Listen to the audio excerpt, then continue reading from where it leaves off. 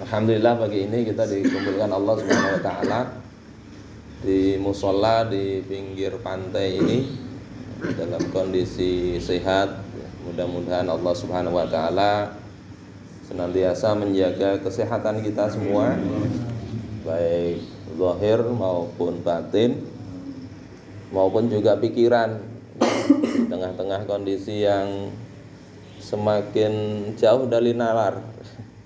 Orang yang mengaku bisa meremot langit itu diundang dibayar mahal. Langit dikatakan milik dia. Kemudian di langit ada AC besar. Nah, remote-nya ada di tangan saya, kata dia. Yang pawang hujan itu, Pak. Ya Allah. Mudah-mudahan kita senantiasa Allah jaga pikiran kita, hati kita, supaya tetap lurus ada di atas jalan yang telah digariskan oleh baginda Rasulullah sallallahu alaihi wasallam. Hadirin sekalian rahimakumullah. Yang namanya hidup itu perlu perjuangan. Untuk hidup, sekedar hidup sekalipun, enggak membawa misi apa-apa, itu perlu perjuangan. Di zaman sekarang ini ada sekedar untuk makan, itu ada yang pagi pergi sudah cari rezeki. Anaknya belum bangun dia sudah pergi. Pulang ke rumah itu anaknya sudah tidur. Untuk cari rezeki sampai seperti itu. Apalagi ketika kita ini mendedikasikan hidup kita ini untuk Allah Subhanahu wa taala. Kita hidup mengaku inna sholati wa nusuki wa mahyaya wa mamati lillahi rabbil alamin. Maka sudah tentu perlu yang namanya perjuangan yang lebih. Dan perjuangan yang lebih itu perlu pengorbanan, perlu at-tadhiyah. Dan pengorbanan itu agar tadi tidak keluar dari nalar yang benar, itu ada dua syaratnya. Syarat pertama itu adalah kemaslahatan yang ingin kita raih itu lebih besar daripada apa yang kita korbankan. Kalau dalam urusan dunia itu enggak mungkin orang itu melakukan pengorbanan, mengorbankan uangnya misalnya 1 juta rupiah sekedar untuk mendapatkan 500.000 rupiah. Kata orang Jawa, mburu uceng kelangan deleng. Ada orang Jawa sih. Kita punya ikan yang besar, ini kita korbankan, kita lepas gara-gara memburu uceng. Ya, uceng itu apa kalau bahasa Jawa itu? Ikan yang kecil.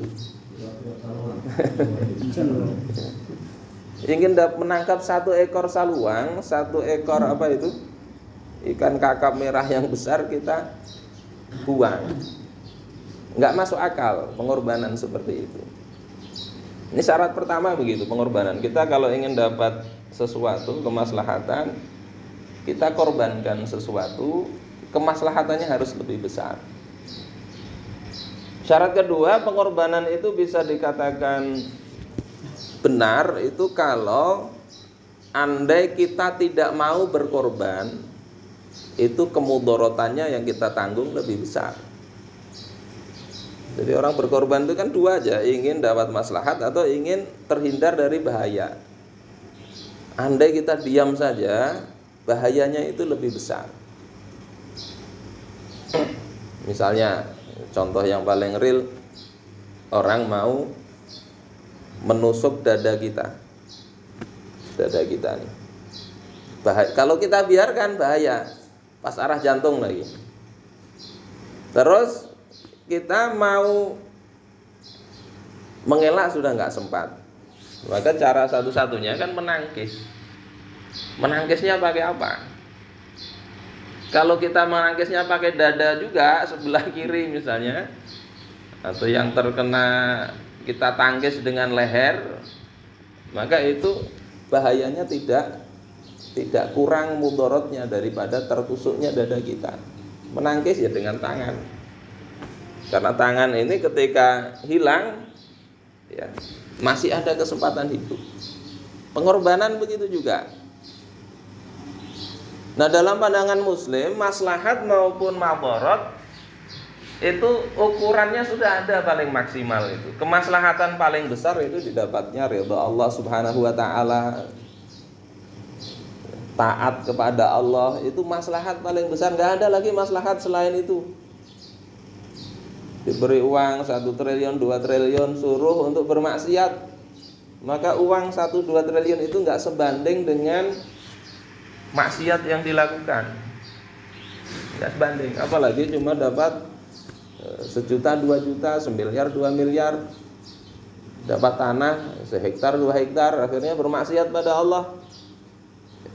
Itu lebih ini daripada yang ngaku punya AC langit itu, punya remote.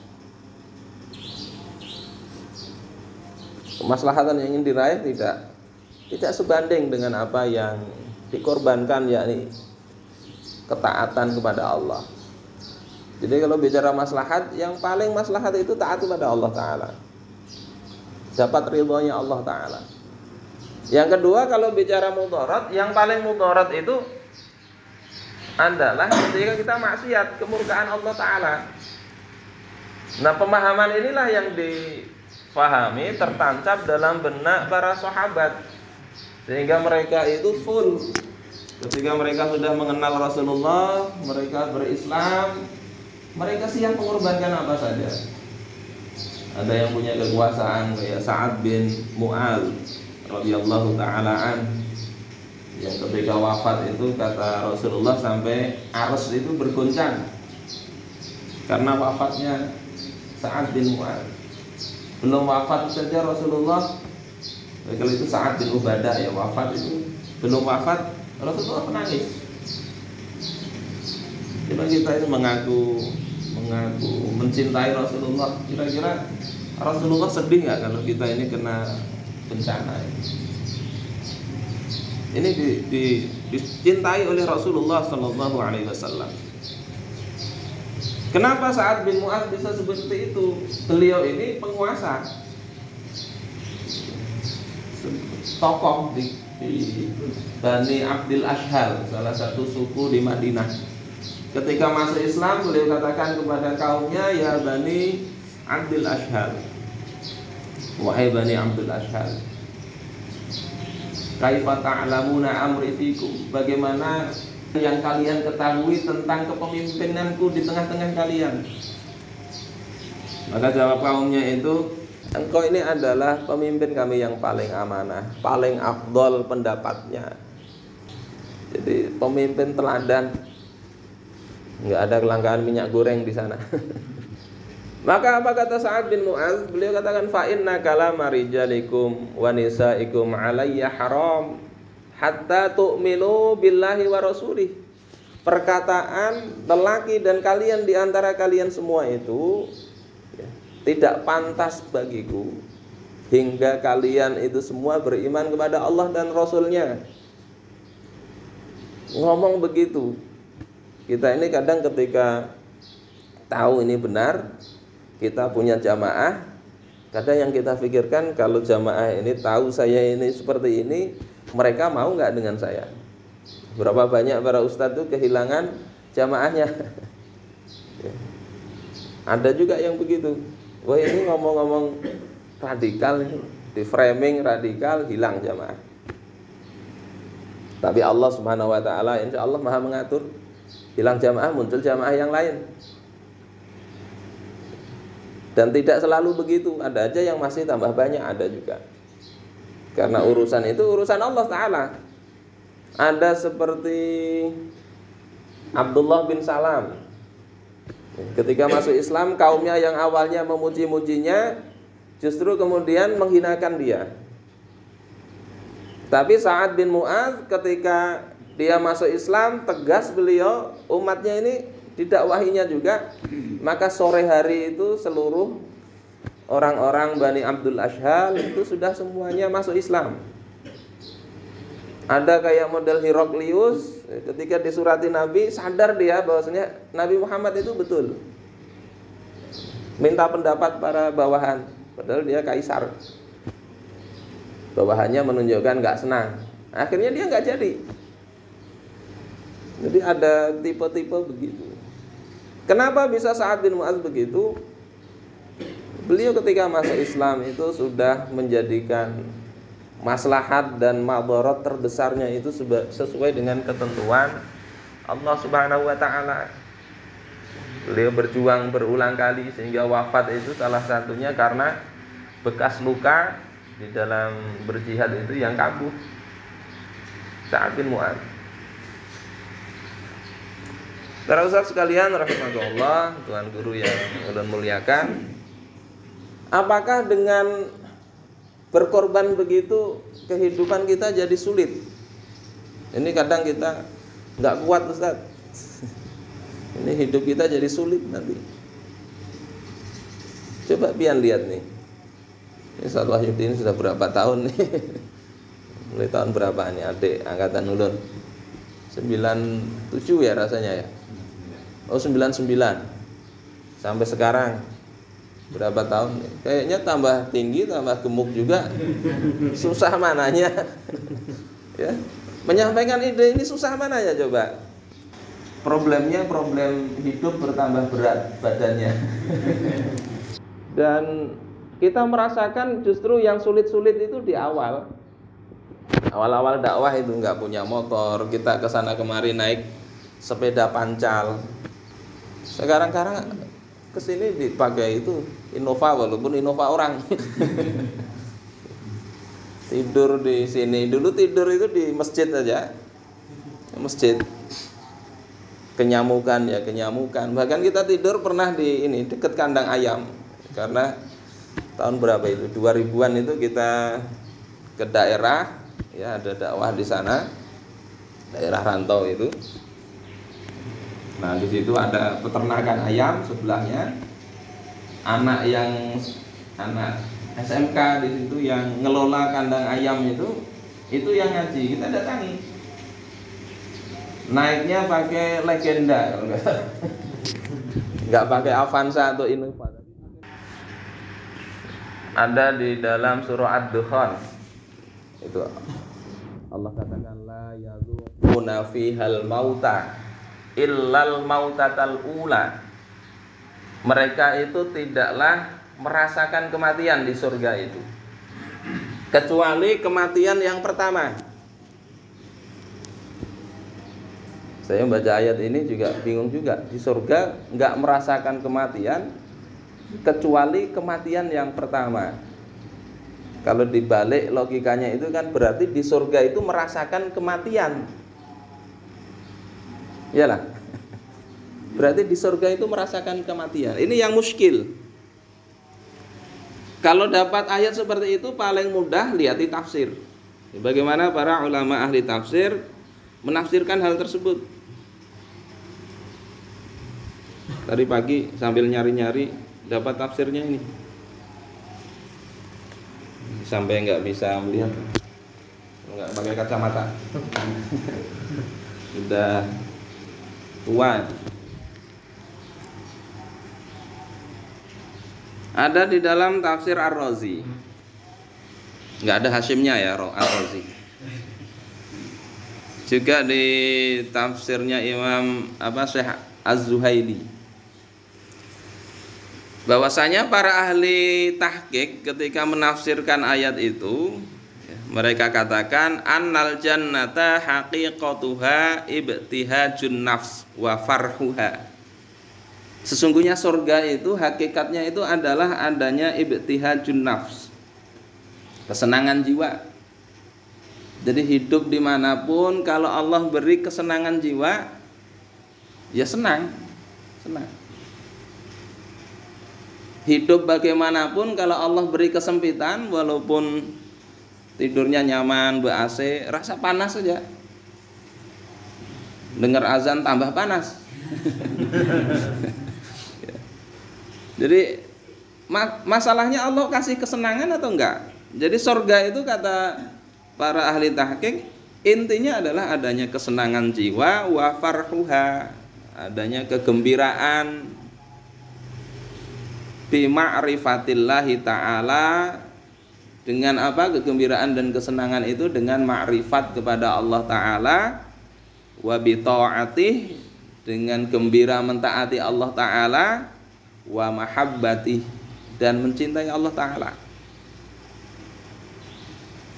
Wa idza kana al-amru kadzalik, kalau urusannya itu seperti itu, fa innal insana alladzi faza bihadhihi sa'adah, maka orang yang dia sudah beruntung mendapatkan kebahagiaan itu, fahuwa fid dunya fil jannah, maka sesungguhnya dia itu di dunia itu sudah di surga.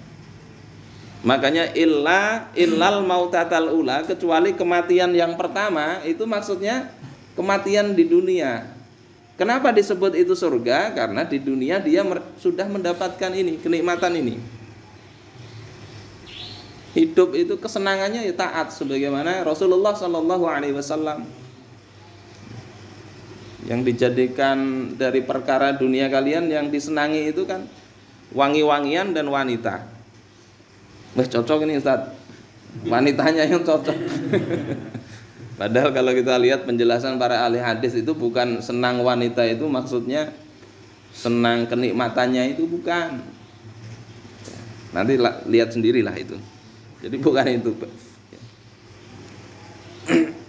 Kemudian wa ju'ilat qurratu aini fis shalah, kata Rasulullah, dijadikan pelipur laraku itu di dalam sholat.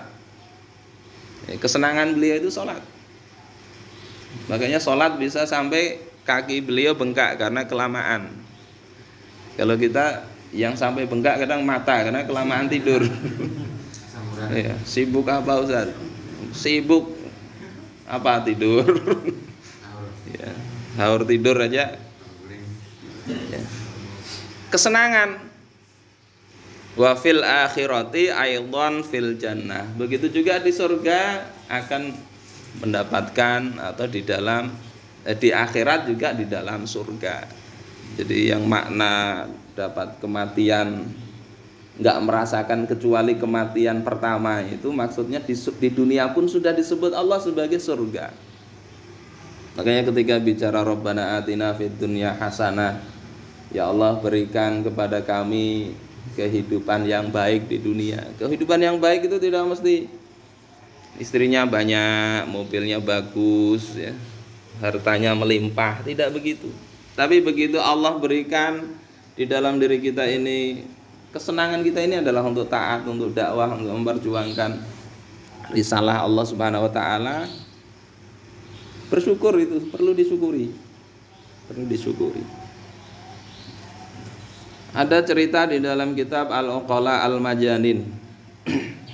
Seorang sufi pertama kali, yakni Dhunnun Al-Misri.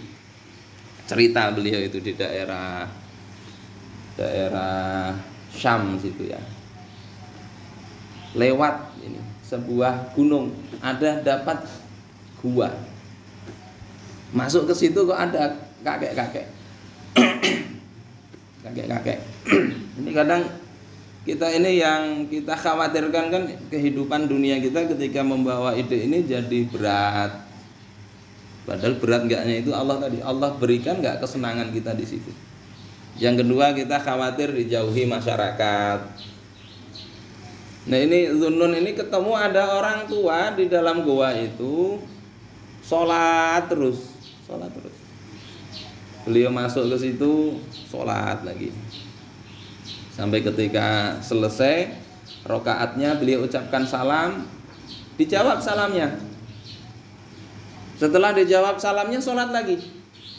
Ditunggui aja oleh Dhunnun Al-Misri. Kemudian setelah agak lama, Dhunnun Al-Misri mau pergi. Kemudian mengatakan, wahai orang tua, ya Syekh, semoga Allah merahmati engkau, wasiatkan sesuatu kepadaku atau berdoalah kepadaku. Maka lelaki ini mengatakan, ya bunayya anasakallahu biqurbih, wahai anakku, semoga Allah menjadikan kesenangan engkau itu dengan dekat kepada Allah Ta'ala. Semoga Allah kasih, Allah jadikan engkau ini bahagianya dengan taat kepada Allah, dengan dekat kepada Allah. Minta doa, didoakan pendek, akhirnya mengatakan tambahi lagi. Tambahi lagi. Ya, doa cuma segitu. Ini nggak lihat siapa yang berdoa. Doa itu pendek aja nggak apa-apa, asal dikabulkan kan, intinya begitu. Nabi itu doakan Sa'labah cuma Allahumma rzuq Sa'labah. Berapa kalimat itu? Tiga suku kata. Tapi apa? Dari 3 suku kata itu Sa'labah jadi kaya itu. Harusnya ditambahi rizqan, ya, mubarakan, ya, halalan, thayyiban, katsiran. Tapi kalau salahnya minta sendiri, cuma minta supaya kaya aja, Allah didoakan kaya itu. Yang akhirnya jadi masalah kan? Walaupun itu riwayatnya dhaif ya. Riwayatnya dhaif, cerita Sa'labah itu, masa sahabat jadi begitu. Minta lagi ini Dhunnun ini, akhirnya orang tua ini tidak nambahi doa tapi memberikan syarah. Kata lelaki itu, ya bunayya man anasahullahu biqurbi a'tahu arba'a khisalin. Wahai anakku, siapa saja yang Allah berikan kesenangannya itu adalah dekat dengan Allah, Allah akan berikan 4 hal. Jadi walaupun doanya sedikit, anaknya 4.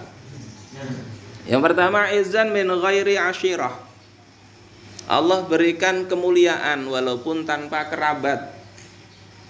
Tidak ada hubungan darah dengan Haji Maming, tidak ada hubungan darah dengan pejabat, tapi mulia aja walaupun tanpa kerabat. Sekarang ada orang mulia karena kerabat.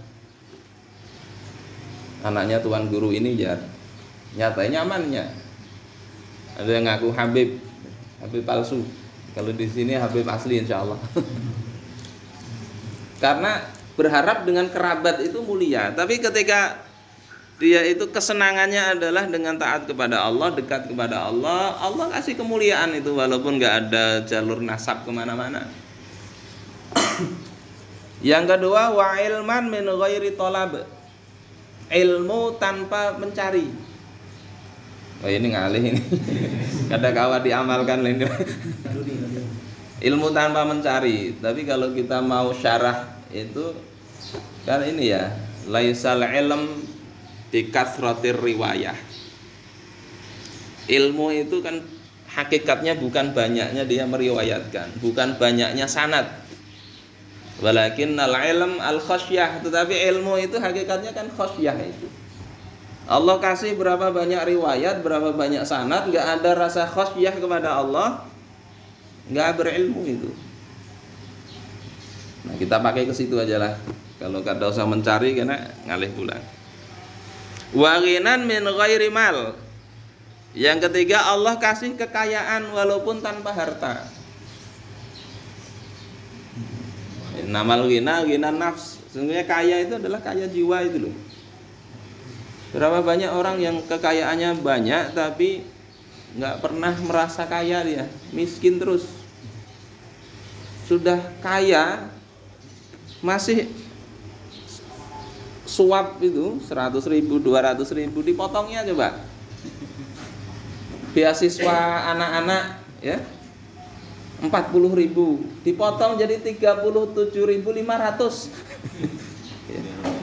2.500 saja dipotongnya, padahal ini pejabat.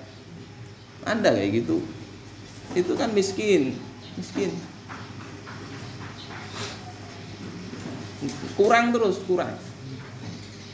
Pejabat di Kementerian Agama ya. Istrinya padahal 1 aja. Yang resmi, nggak tahu lah kalau nggak resmi. Satu di mana-mana. Itu miskin seperti itu. Wa unsan min ghairi jamaah. Allah berikan keramahan walaupun tanpa jamaah. Seorangan pun Allah hidup nyaman aja. Kondisinya kelihatan susah tapi nyaman. Contohnya ya orang tadi, setelah mau pergi Si orang ini meninggal itu. Orang ini meninggal. Datang banyak orang ke tempat tadi. Kemudian Zunnun bertanya, siapa lelaki ini? Dijawab oleh orang-orang, itu adalah Syaiban. Kenapa sampai di gua ini? Itu gila. Ujungnya ini yang gak enak ceritanya.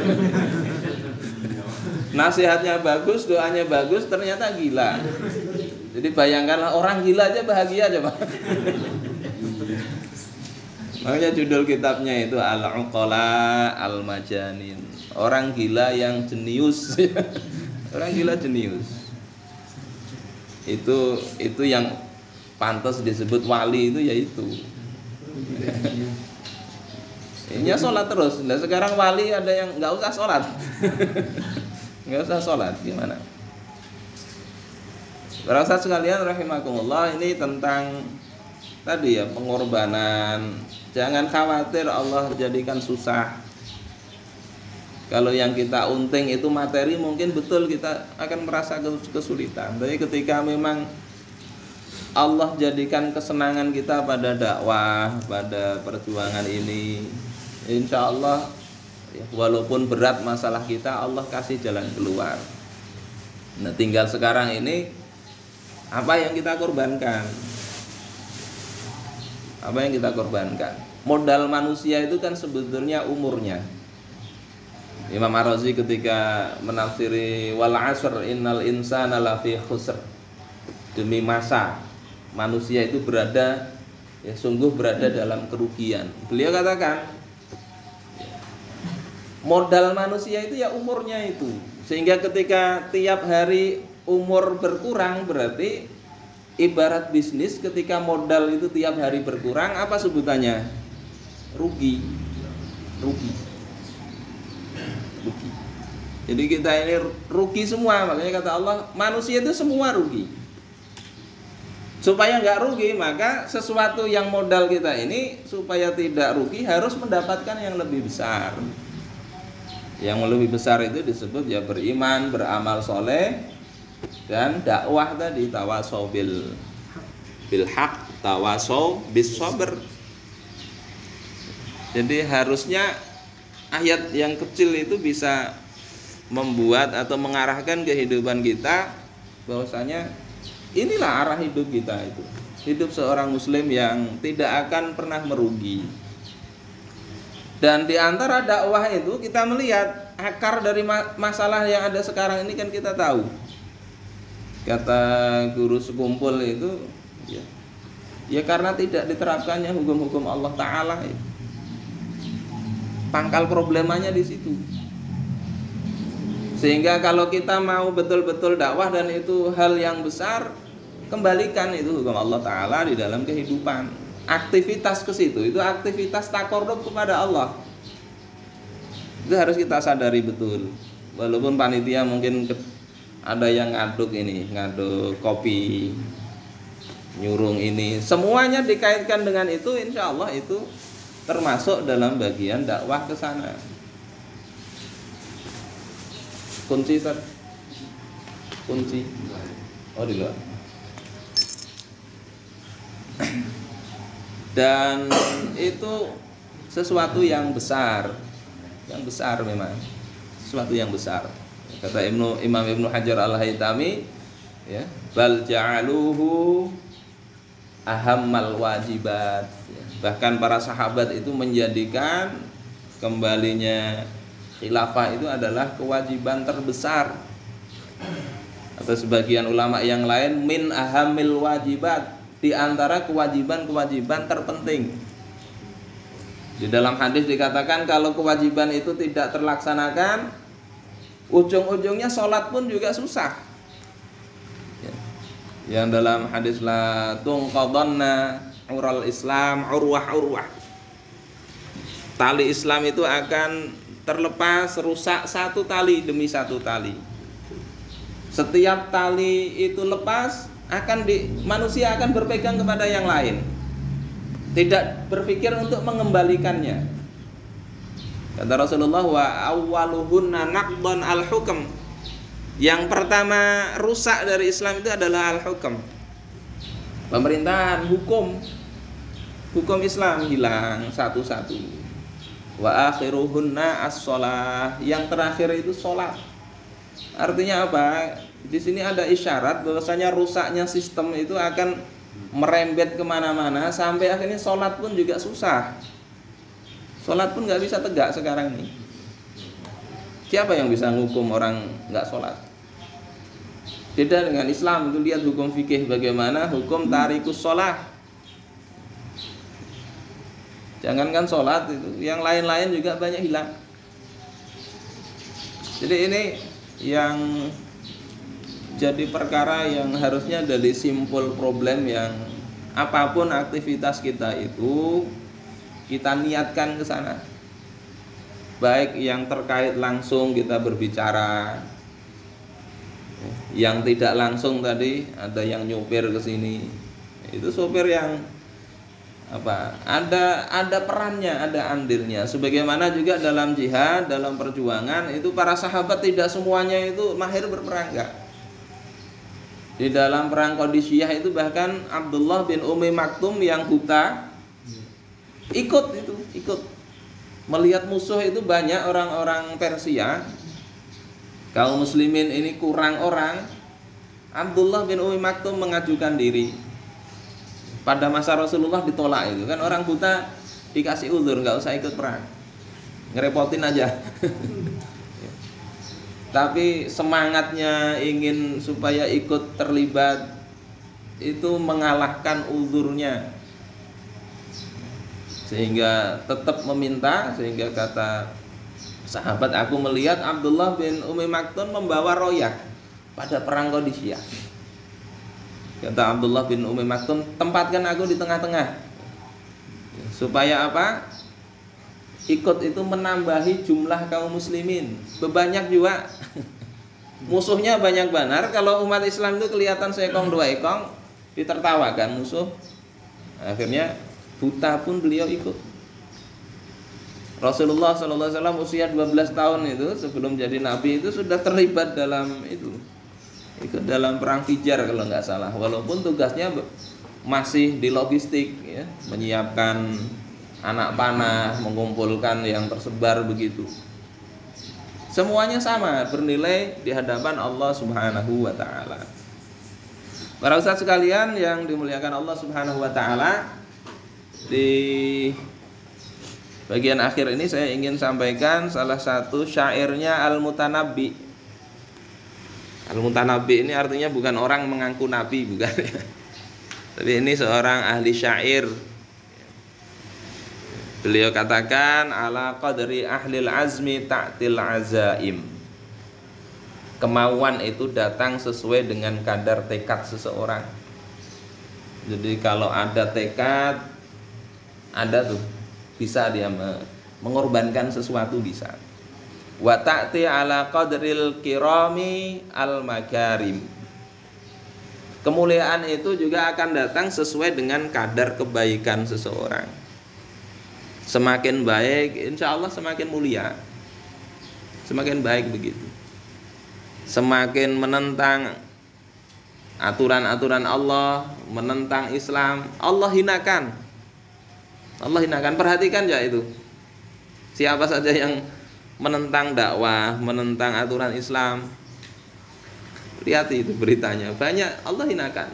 Baik dia statusnya sebagai ustadz, apalagi anggota dewan, banyak yang akhirnya ditangkap KPK atau akhirnya hancur-hancur begitu saja. Bahkan ada cerita itu teman kita di pondok di Jawa itu, ada kiainya yang memfitnah kita ini sampai bikin buku tentang isinya jelek-jelekin itu. Akhirnya apa? Allah hinakan. Allah hinakan. Dihinakannya apa? Terhina di kalangan sendiri, di pondok tersebut, tersisihkan. Kenapa? Gara-gara ada kasus dengan santriwati. Ya, santriwati. memalukan. Nggak usah dicari lah. Itu buka aib orang, saya nggak sebut namanya juga. Kalau kitabnya ada, kitab yang ditulis itu ada, tapi penulisnya jadi begitu. Ya Allah, mudah-mudahan Allah ampuni juga karena saudara sesama muslim. Amin. Jangan sampai kita ada dendam ya. Itu bentuk teguran dan bentuk Allah masih sayang kalau ditegur begitu. Banyak fitnah ya. Kemudian dia dapat musibah begitu, itu bentuk kasih sayang Allah, diingatkan supaya berhentilah itu. Wa ta'dhumu fi 'ainis shaghir sigharuha. Kata Al-Mutanabbi, perkara yang kecil, yang shaghir itu akan terlihat besar sekali pada pandangan orang-orang yang pikirannya kecil, pikirannya kerdil. Jadi yang kecil jadi besar betul, seolah-olah itu berat betul, nggak mungkin. Karena pikirannya yang kecil, kayak mikroskop itu ya. Mikroskop itu ada semut gitu aja, kelihatan besar. Dimasukkan gajah malah dikatakan oh nggak ada itu. Adalah mikroskop, ada gajah gitu pakai mikroskop, nggak ada ya. Orang kerdil itu begitu. Dalil yang sudah jelas itu diingkari, nggak ada itu kewajibannya. Sementara yang nggak ada dalilnya dapat dia, ya dapat dalilnya itu. Nikah beda agama, yang perempuan muslimah, kemudian apa? Laki-lakinya non muslim, dapat aja alasan untuk membolehkannya itu. Laki-laki kawin dengan laki-laki, dapat mencari dalilnya dia. Tapi khilafah itu wajib, nggak ketemu dia. Ya kayak mikroskop tadi, semut kelihatan, gajah nggak kelihatan. Itu orang di sini as-shaghir, orang yang kerdil. Wa tasghuru fi 'ainil 'azim al-'azaimu. Perkara yang besar itu akan kelihatan remeh, kelihatan kecil di kalangan orang-orang yang berpikir besar. Sederhana karena pikirannya besar. Mengatasi masalah mudah. Ini untuk urusan agama maupun untuk urusan dunia sama. Mudah-mudahan Allah Subhanahu wa taala istiqomahkan kita, jadikan hidup kita ini seperti tadilah doanya Syaiban tadi. Walaupun mudah-mudahan kita nggak seperti Syaiban ya. Ya sampai seperti itu dilempari anak kecil, dianggap orang gila, dianggap orang gila. Kita nggak seperti itu. Mudah-mudahan masih tetap Ustadz Abbas tetap ganteng, tetap banyak jamaahnya, tetap apa namanya dipercaya oleh masyarakat untuk menyampaikan Islam. Begitu juga ustadz-ustadz yang lain. Mudah-mudahan Allah jaga kita semua, Allah berkati kehidupan kita. Mohon maaf kalau ada yang kurang berkenan. Terima kasih atas segala perhatian. Hadanallahu wa iyyakum ajma'in. Assalamualaikum warahmatullahi wabarakatuh. Waalaikumsalam.